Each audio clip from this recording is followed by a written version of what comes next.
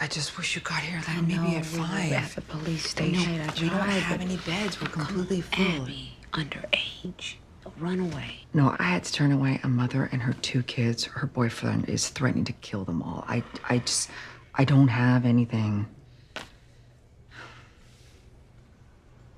Did you try the Angel Fund shelter? Ain't no shelter boys. They only shelter women, and nobody else has any beds open.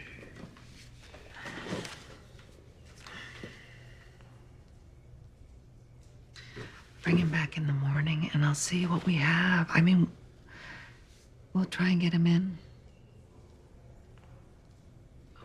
Okay.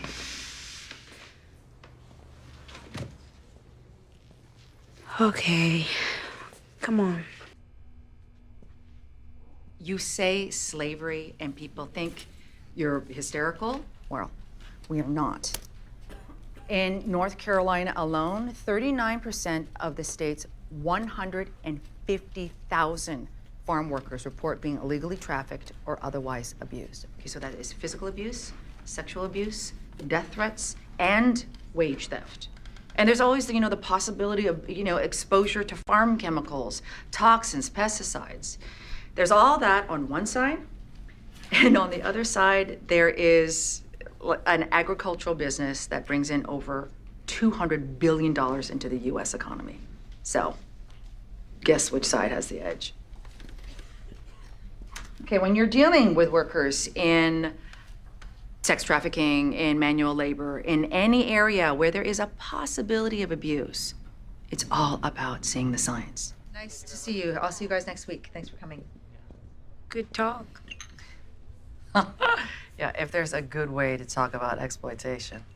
But I just try and drive home the warning signs, lack of communication, housing conditions, the exposure to the harrowing crisis. I love that we're supposed to call it crisis. Like when it was cracking the inner cities, it was the epidemic, like the Black Plague. Now that it's heroin in the suburbs, it's a crisis. Just a bad thing that happens to good people.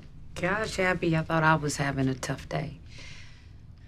Oh, you can be a cynic and still have a heart of gold. Honestly, I don't think you can do this job and not be one. I was with this girl today that I'm trying to help. And she says she thinks she's better off with her pimp. Oh. Well, it's not the first time you've heard that. No, it's not, but it's, you go through this space early on that you hear something like that and it depresses you, and then you teach yourself not to let their perspective get to you. And then you realize that the things you hear, the things these kids say, it just doesn't quite,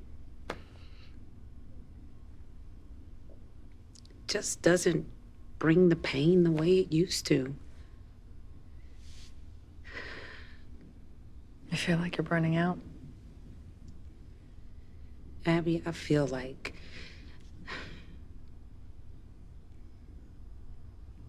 I'm on this lifeboat that only holds 10 people. And there was a time that I didn't care that it only held 10 people. I'd try to get 100 people on that boat. But now, I just accept 10 is all I can get. Maybe 10. Don't accept it. Listen. Keep fighting the fight. Keep fighting it.